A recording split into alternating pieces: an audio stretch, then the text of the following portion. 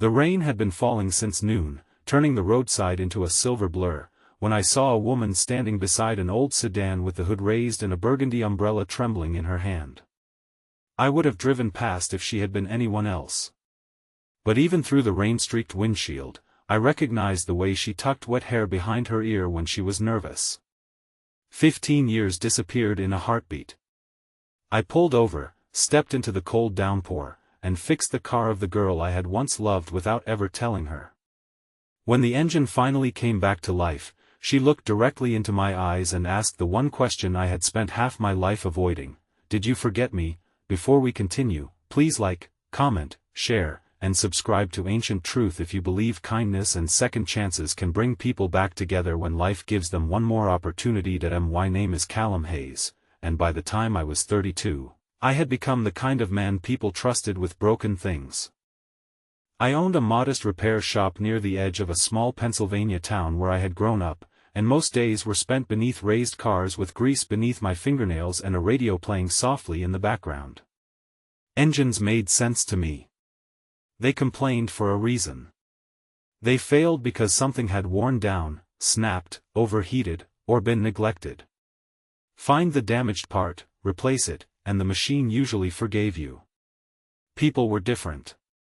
Sometimes you could know exactly where the damage began and still have no idea how to repair it. The woman beside the sedan was Maren Whitlock, though I had not seen her since the summer after graduation.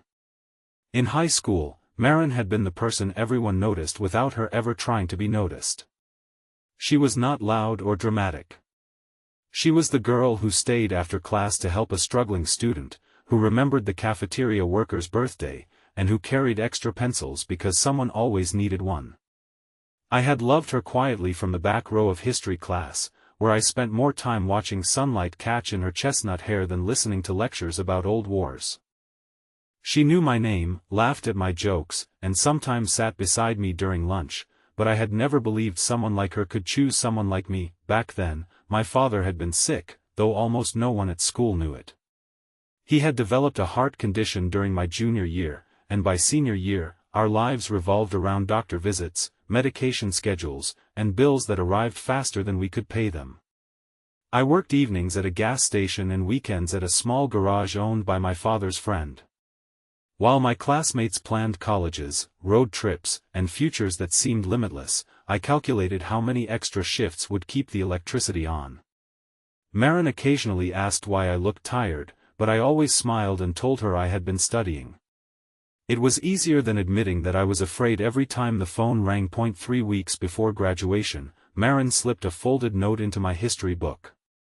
I still remembered the pale blue paper and the tiny ink stain near the corner. She had written that she hoped I would come to the senior picnic at Miller's Lake because she wanted to tell me something before we all went separate ways. I read that note so many times the folds began to tear. For the first time, I allowed myself to wonder whether she might have felt something too. I never went to the picnic. That morning, my father collapsed in our kitchen. I rode with him to the hospital and spent the next 2 days beside his bed while doctors tried to stabilize his heart. He survived, but his health never fully returned. By the time I came home, the picnic was over, graduation was days away, and shame had settled over me. I told myself Maren would understand if I explained, yet each time I saw her, I froze. She looked hurt, then distant. On graduation day, she stood beneath the bright afternoon sun with her family while I watched from across the field. I thought about walking over. Instead, I left early to begin another shift. Maren moved away that summer. I heard she had attended college in Boston, then built a career in publishing. Years passed. My father died when I was 24, leaving behind a small toolbox, an aging pickup, and a handwritten list of things he wished he had done differently. Near the bottom, he had written, "Don't let fear make your choices for you." I understood what he meant, but understanding came too late to change the decisions I had already made. Now Maren stood before me again, older but unmistakably herself. Her camel-colored trench coat was darkened by rain, and wet strands of hair clung to her cheeks. She watched while I leaned beneath the hood and checked the battery terminals. The positive cable had loosened and corrosion had built around the connector. It was a simple repair, the kind I could have completed with my eyes closed, but my hands felt unsteady because I could sense her studying my face. When she passed me a wrench, our fingers touched.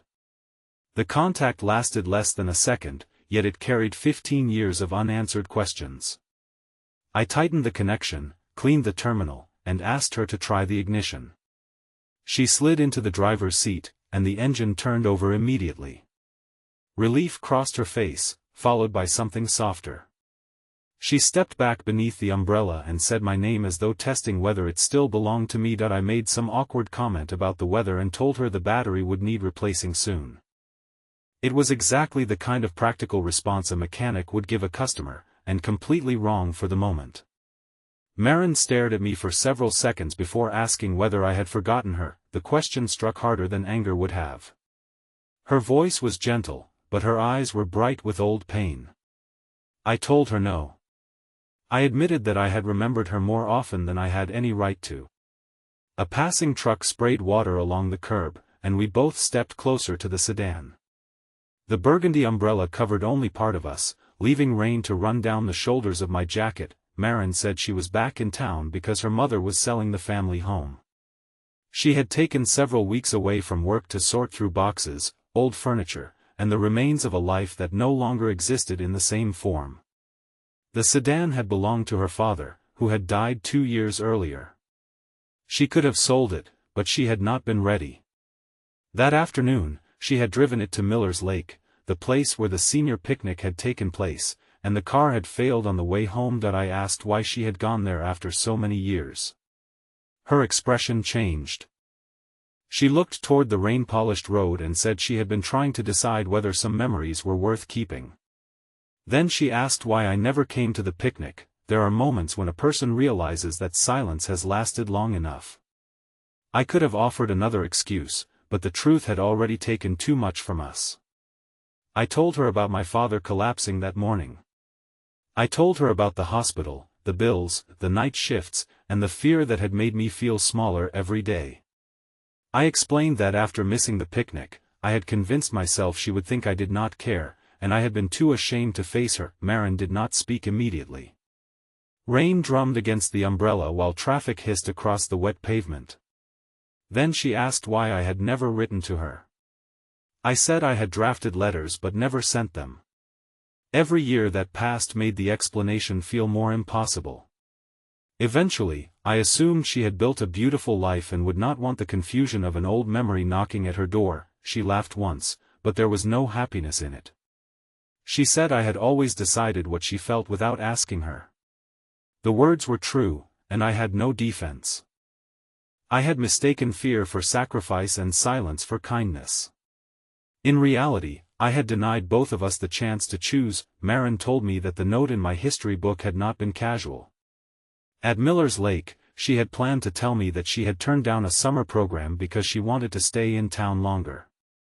She had believed there was something between us, something neither of us had been brave enough to name. She waited beside the lake until evening, watching every arriving car and telling herself I would appear. When I did not, she felt foolish. She assumed my kindness had meant less to me than it had to her. I wanted to apologize, but the words seemed painfully small. Instead, I told her I had kept the note. Her eyes widened. I explained that it remained inside a metal box in my bedroom, alongside my father's watch and other things I could not throw away. The pale blue paper was faded, but I still remembered every word. For the first time since I pulled over, Maren smiled without sadness. It was brief and uncertain, yet it changed the entire afternoon. She asked whether my repair shop was nearby, and I offered to follow her there so I could properly test the battery. The rain had begun to soften, becoming a fine mist beneath a brightening sky. At the shop, I pulled the sedan into an open bay while Maren waited near the front office. Sunlight started breaking through the clouds, casting narrow golden strips across the wet concrete. I replaced the battery and checked the charging system. She wandered toward an old photograph pinned near my desk. It showed my father and me standing beside the garage where I had learned to repair cars. I was 17 in the picture, wearing a shirt stained with oil and looking more hopeful than I remembered feeling. Maren touched the edge of the photograph and told me she had known something was wrong back then. She had noticed the exhaustion, the missed lunches, and the way I flinched whenever a teacher mentioned college applications. She had wanted to ask, but she feared embarrassing me. We had both spent years protecting each other from truths neither of us had been willing to share. When the car was ready, she asked how much she owed me. I refused payment, saying the battery had been sitting on my shelf for months and needed a home. She narrowed her eyes and reminded me that she remembered when I was lying. I laughed, genuinely this time, and gave her a discounted invoice. She paid it, then stood in the doorway as afternoon sunlight reflected from the remaining puddles that I expected her to leave. Instead, she asked whether I had eaten lunch. We went to a small diner 3 blocks away, still dressed in rain-damp clothes. The restaurant smelled of coffee, grilled onions, and warm bread. For nearly 2 hours, we spoke about the years between graduation and that rainy afternoon. Maren had become an editor, married briefly in her late 20s, and divorced after realizing she and her husband had built a life based more on expectations than love. She had no children, though she had always hoped for a family. I told her about my father's final years, the struggle to purchase the repair shop, and the relationships I had allowed to fade because work felt safer than vulnerability. There was no dramatic confession across the diner table. No music swelled, and no one around us understood that 2 people were carefully examining the ruins of an unfinished beginning. Yet something shifted. The conversation did not feel like nostalgia. It felt like recognition. Over the following weeks, Maren returned several times while preparing her mother's house for sale. Sometimes she brought coffee to the shop. Sometimes I helped carry boxes from the attic. One afternoon, we found her old yearbook beneath a stack of blankets. Inside, beside my photograph, she had written a sentence in pencil, "The boy who never knew." She tried to close the book before I could read it, but I gently stopped her. I asked what I had never known. She looked at me with the same vulnerable expression she had worn beneath the burgundy umbrella and said I had never known how safe she felt around me. In high school, when everyone else seemed to perform versions of themselves, I had been the only person who made silence feel comfortable. She had loved that about me before she even understood what love was. I told her I had loved her too. The words arrived without drama, but once spoken, they lifted something heavy from my chest. Maren's eyes filled with tears. She said we could not recover the years we had lost. I agreed. Then I told her we did not need to rebuild the past. We only needed to decide whether we wanted to begin from where we were. Our first real date happened at Miller's Lake on a clear Saturday afternoon. The storm clouds were gone, and sunlight moved across the water like scattered glass. We sat on the same wooden dock where Maren had waited for me 15 years earlier. She brought the original notes matching envelope, which she had kept in a box of her own. Inside was a second page she had planned to give me at the picnic. It said she did not know what the future held, but she hoped I would be part of it. I read the faded words twice before looking at her. The younger versions of us had believed love required perfect timing. We knew better now. Timing was rarely perfect. People carried fear, grief, responsibilities, and scars into every meaningful decision. What mattered was whether they finally became brave enough to stop running. Months later, Maren chose not to return permanently to Boston. She arranged to work remotely and rented a small apartment overlooking the town square. We moved slowly, not because we lacked feeling, but because neither of us wanted to confuse unfinished history with a guaranteed future. We learned each other as adults. She discovered that I became quiet when worried and needed to be reminded that silence was not protection. I learned that she feared being left without explanation and needed honesty, even when the truth was uncomfortable. 1 year after that rainy afternoon, I drove her father's restored sedan to Miller's Lake. I had repaired the rust, rebuilt the brakes, and polished the burgundy paint until it reflected the sky. Inside the glove compartment, I placed her old note beside a new one of my own. Mine contained only a few lines. I wrote that I could not change the day I failed to meet her, but I would spend the rest of my life showing up whenever she needed me. At the lake, beneath the warm afternoon sun, I asked Maren to marry me. She cried before I had finished speaking and laughed while saying yes. There was no crowd, no expensive setting, and no perfect speech. There were only two people who had finally stopped allowing fear to make their choices. Near the end of my father's life, he once told me that regret was not always proof that a person had ruined everything. Sometimes regret was simply evidence that the heart still knew what mattered. For years, I thought missing that picnic had closed the door on the life I wanted. I never imagined that one rainy afternoon, an old sedan, and a loose battery cable would give us another chance to open it. If this story touched your heart, please support the video by liking it, sharing it with someone who still believes in second chances, and subscribing to Ancient Truth. Your engagement helps more emotional stories like this reach people who may need a little hope today. Before the ending, please comment, "Real love remembers." if you believe some connections can survive distance, silence, and the passing of time. Maren once asked whether I had forgotten her. The truth was that I had never forgotten. I had simply spent too many years believing remembrance was enough. It was not. Love needs courage, honesty, and the willingness to show up while there is still time. The rain did not return what we had lost, but it washed away the fear that had kept us apart. And sometimes, that is how a second chance begins, not by taking us back to who we were, but by helping us become brave enough to choose each other as we are now.